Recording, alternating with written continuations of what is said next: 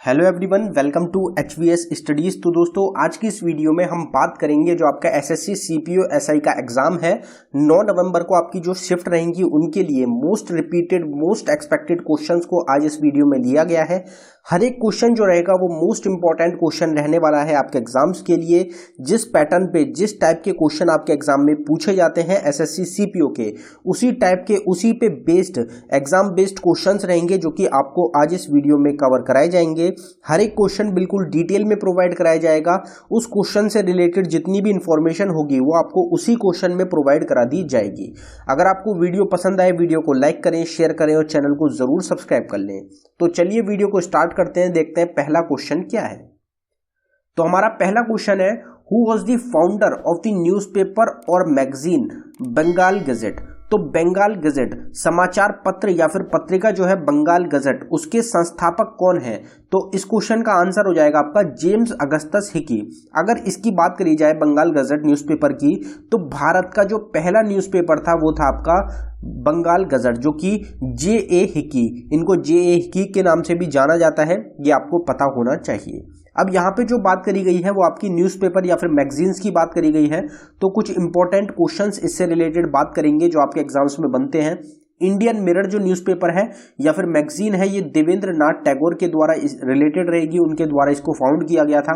Indian opinion है महात्मा गांधी से related. नवजीवन भी महात्मा गांधी से रिलेटेड ही हो जाएगी आपकी। तो दोनों आपको ध्यान रखनी है, इंडियन ओपिनियन भी और नवजीवन भी। फिर मूक नायक आपकी B R Ambedkar, doctor B R Ambedkar के द्वारा रिलीज करी गई, फाउंड करी गई। कॉमरेड रहेगी आपकी मोहम्मद अली के द्वारा। फिर न्यू इंडिया को एनी बेसेंट ने फाउंड किया था। वंदे मातरम बिपिन चंद्र पाल के द्वारा इसको फाउंड किया गया था।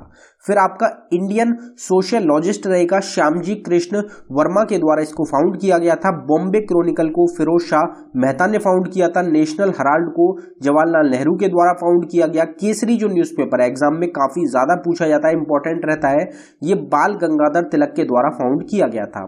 फिर आपका बहिष्कृत भारत रहेगा जो कि डॉक्टर बी आर अम्बेडकर के द्वारा ही इसको भी फाउंड किया गया था।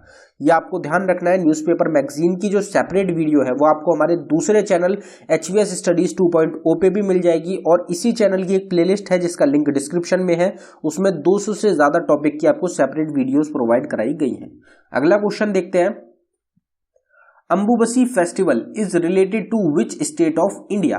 तो अंबुबसी जो महोत्सव रहेगा ये भारत के किस राज्य से संबंधित है? तो इस क्वेश्चन का आपका करेक्ट आंसर हो जाएगा आसाम।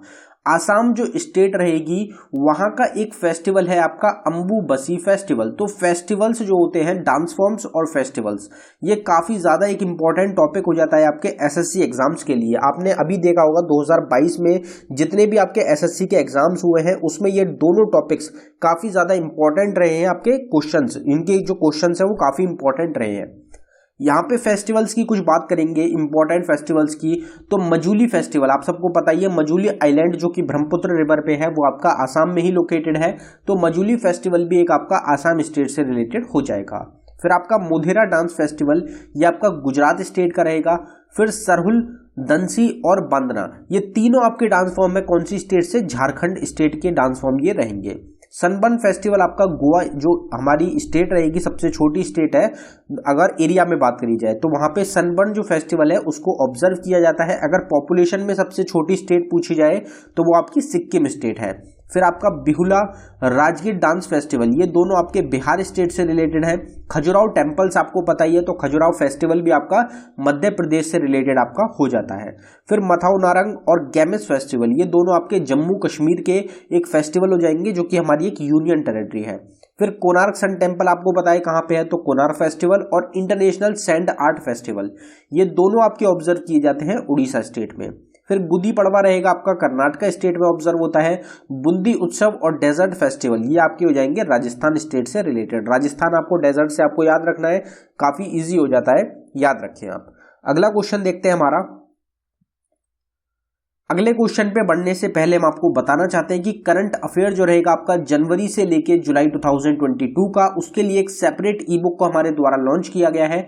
ये जो अगर जनवरी से जुलाई के बीच में आपका कोई भी क्वेश्चन पूछा जाता है करंट अफेयर से, तो वो आपको इस ई बुक में 100% मिल जाएगा।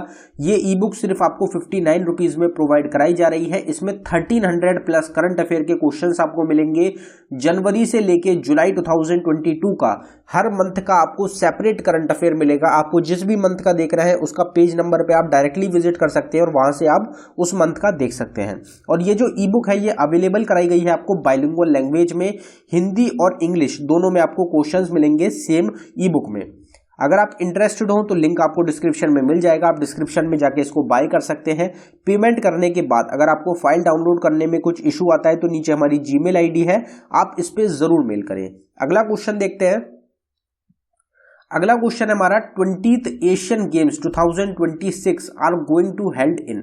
तो 20वें जो एशियन खेल होंगे 2026 में, उनका जो आयोजन है वो कहां होगा? तो इस क्वेश्चन का आपका करेक्ट आंसर हो जाएगा जापान। तो जापान जो कंट्री रहेगी, जापान की कैपिटल क्या है? टोक्यो। वहां पे आपका ऑर्गेनाइज करा जाएगा एशियन गेम्स 2026 को। यहाँ पे जो बात करी गई है वो अपकमिंग स्पोर्ट्स टूर्नामेंट की करी गई है। तो यहाँ पे अपकमिंग स्पोर्ट्स इवेंट से हम रिलेटेड बात करते हैं कुछ इंपॉर्टेंट क्वेश्चंस की। तो समर ओलंपिक जो गेम्स होंगे आपके 2024 में, वो आपके कहाँ पे होंगे? वो होंगे आपके पेरिस, फ्रांस में। फिर आपका विंटर ओलंपिक गेम्स होंगे 2026 में। 4 साल के गैप में जो होते हैं वो ओलंपिक गेम्स ऑर्गेनाइज करे जाते हैं। आप सबको पता होगा जो आपका समर ओलंपिक 2024 से पहले हुआ था वो कब हुआ था? आपका 2021 में हुआ था, 2020 में होना था, उसको पोस्टपोन किया गया था, टोक्यो जापान में हुआ था। फिर आपका विंटर ओलंपिक गेम्स 2026 में इटली में होंगे, जो 2022 वाले हैं वो चाइना में रहेंगे। फिर फीफा वर्ल्ड कप आपका 2022 का कतर में ऑर्गेनाइज हो रहा है।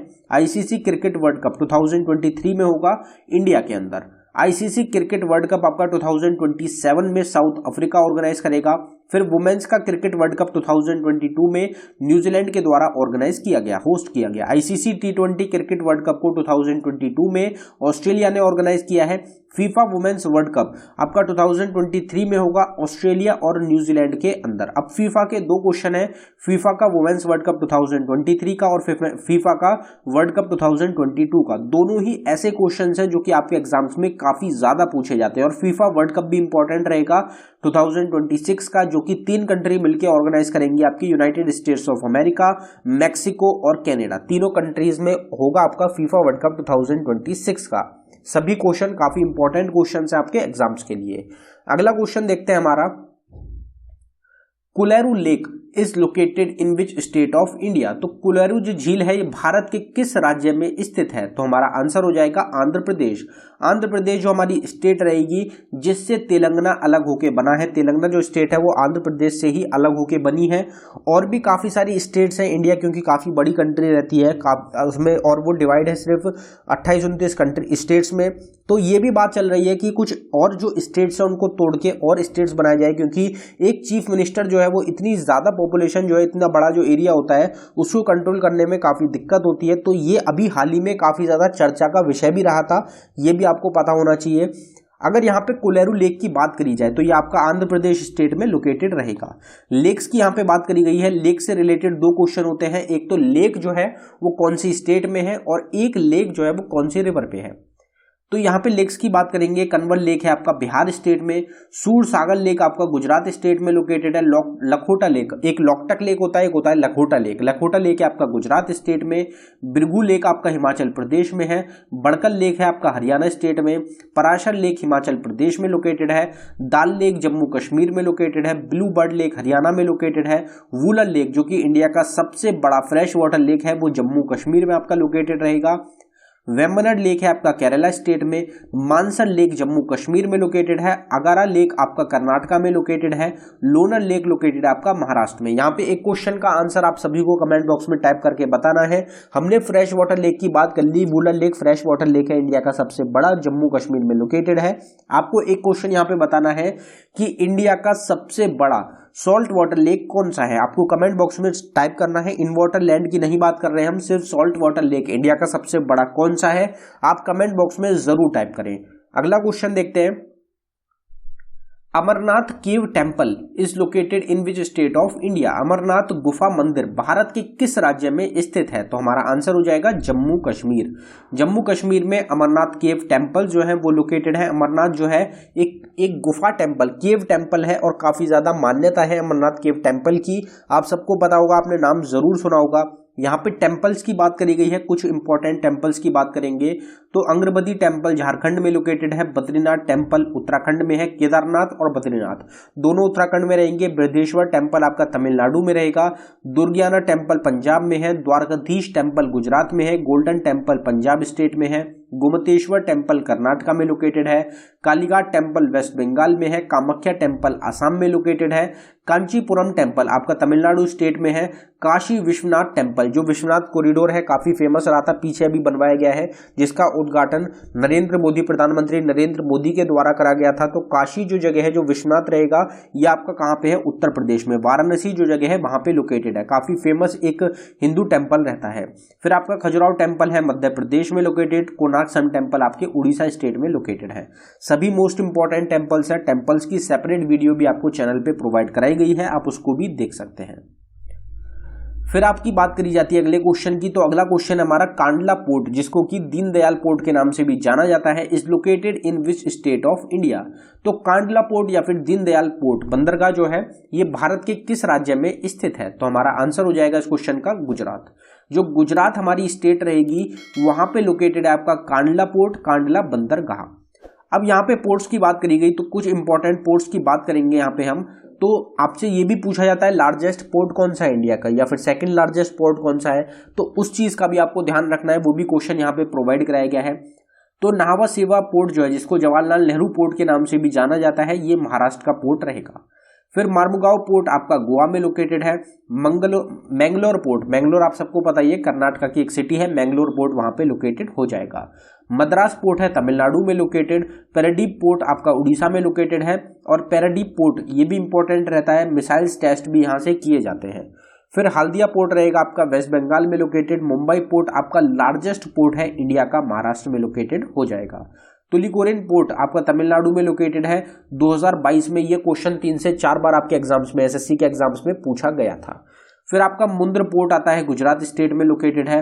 इनोर पोर्ट आपका तमिलनाडु में लोकेटेड है। चेन्नई पोर्ट जो कि सेकंड लार्जेस्ट सी पोर्ट है इंडिया का, दूसरे नंबर का सबसे बड़ा पोर्ट हो जाएगा, ये आपका कर्नाटका स्टेट में लोकेटेड है। तो ये सब आपको पता है, ये इंपॉर्टेंट रहता है, एग्जाम्स में आपके पूछा जाता है। यहाँ पे गलती से आप देख सकते हैं कर्नाटका हो गया है, तमिलनाडु ही होगा, तमिलनाडु की कैपिटल है चेन्नई, तो चेन्नई जो है वो तमिलनाडु कैपिटल है, तो ये चेन्नई जो पोर्ट है ये भी आपका तमिलनाडु में ही लोकेटेड हो जाएगा। तो आपको ध्यान रखना है, यहाँ पे जो आपका आंसर है वो तमिलनाडु ही हो जाएगा। अगला क्वेश्चन देखते हैं हमारा, what is the full form of TCP? TCP जो होता है उसकी पूर्ण रूप क्या है? फुल फॉर्म्स की अगर बात करी जाए तो इंपॉर्टेंट टॉपिक रहता है। टीसीपी की फुल फॉर्म होती है ट्रांसमिशन कंट्रोल प्रोटोकॉल। कुछ इंपॉर्टेंट फुल फॉर्म्स की यहाँ पे बात करी जाएगी तो यूपीएस की होती है अनइंटरप्टेबल पावर सप्लाई, सारा की होती है serial advance technology attachment, SMPS की होती है switch mode power supply, URL की होती है यूनिफॉर्म रिसोर्स लोकेटर, डीवीडी की होती है डिजिटल वर्सेटाइल डिस्क, सीआरटी की रहेगी आपकी कैथोड रे ट्यूब, एससीपी की हो जाती है आपकी system application and products, PNG की हो जाती है पोर्टेबल नेटवर्क ग्राफिक्स, यूएसबी की होती है यूनिवर्सल सीरियल बस, जीपीयू की हो जाएगी आपकी ग्राफिक्स प्रोसेसिंग यूनिट। अगर वीपीएन की बात करी जाए तो वर्चुअल प्राइवेट नेटवर्क, ये आपकी फुल फॉर्म होती है वीपीएन की। अगला क्वेश्चन देखते हैं हमारा, Who is the author of the book The Age of Pandemic 1817 to 1920? तो महामारी की आयु 1817 to 1920 पुस्तक किसके द्वारा लिखी गई है? तो बुक्स एंड ऑथर्स की यहाँ पे इस क्वेश्चन में बात करी जाएगी। अगर इस क्वेश्चन की बात करी जाए तो हमारा आंसर हो जाएगा चिन्मय तुम्बे। चिन्मय तुम्बे जो है उनके द्वारा इस बुक को लिखा गया है। इंपॉर्टेंट बुक रहती है। यहाँ पे कुछ और बुक्स की बात करेंगे हम, तो till we win India's fight against कोविड-19 पेंडेमिक, ये रणदीप गुलेरिया की एक बुक रहेगी। फिर बाय बाय कोरोना, ये प्रदीप कुमार श्रीवास्तव के द्वारा इस बुक को लिखा गया है। On the trail of Buddha a journey to the east, ये दीपांकर एरन के द्वारा इस बुक को लिखा गया। The battle of belongings, Shashi Tharoor के द्वारा बुक लिखी गई है। बापू दी अनफॉरगेटेबल, मनीष सिसोदिया की बुक रहेगी वॉइसेस ऑफ डिसेंट, रोमिला थापड़ के द्वारा लिखी गई। नथिंग टू लूज, शीला बर्नस्टेल के द्वारा इस बुक को लिखा गया है। One arranged murder, Chetan Bhagat की बुक रहेगी। अमेजिंग अयोध्या, नीना राय की बुक रहेगी। कनेक्टिंग, कम्युनिकेटिंग, चेंजिंग, ये बुक लिखी गई है, ये रिलीज करी गई है राजनाथ सिंह के द्वारा। दी एंड गेम बुक रहेगी आपकी हुसैन जैदी से रिलेटेड। तो ये कुछ इंपॉर्टेंट बुक्स थी आपकी जो कि आपके एग्जाम्स में पूछी जा सकती हैं। करीब 300 से 400 बुक्स और करीब 10 से 15 वीडियोस रहेंगी, अलग अलग वीडियोस जिसमें अलग अलग क्वेश्चंस हैं आपके बुक्स एंड ऑथर्स के, आपको चैनल पे मिल जाएंगे। आप उस वीडियो को देख सकते हैं, उन वीडियोस को देख सकते हैं, आपके एग्जाम्स के लिए इंपॉर्टेंट हो जाते हैं।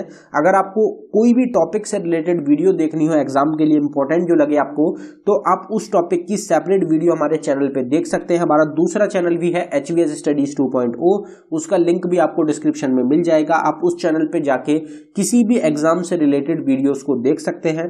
साथ ही साथ अगर आप ई बुक्स को बाय करना चाहें तो ई बुक्स का लिंक आपको डिस्क्रिप्शन में प्रोवाइड कराया गया है। आप डिस्क्रिप्शन में जाके हमारी ई बुक्स को बाय कर सकते हैं। एग्जाम्स में आपको डायरेक्ट क्वेश्चंस देखने को मिलते हैं हमारी ई बुक से। धन्यवाद।